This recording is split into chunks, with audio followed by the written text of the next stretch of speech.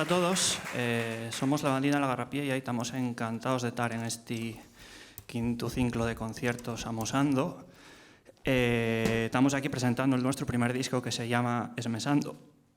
Y bueno, esto que acabáis de sentir son unos balseaos tradicionales que nosotros los llamamos valses de la Garrapía y perdón. Y nada, en el disco dan... No. Y eso, en el disco estamos acompañados por Algaire. Y nada, esto que vamos a tocar ahora a continuación, vamos a irnos hasta Francia y son unos valses franceses que se llaman La Mal Amable. A ver si vos presta. Gracias.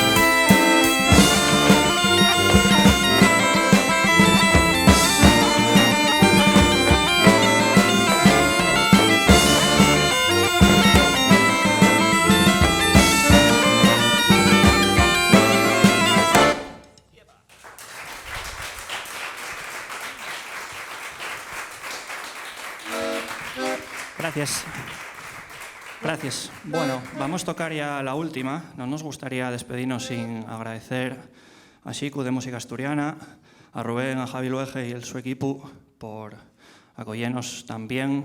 Gracias a vosotros por venir. Gracias a la gente que nos verá desde el YouTube.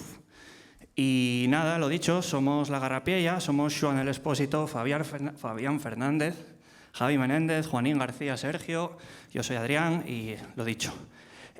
Vamos a tocar la última, este tema llámase Al bar fui por Ron Naranja y bueno, empieza por un tema mítico que seguramente conozcáis, que a la mar fui por naranjas y luego fue la cosa un poco evolucionando hasta acabar tocando cosas que nunca imaginaríamos.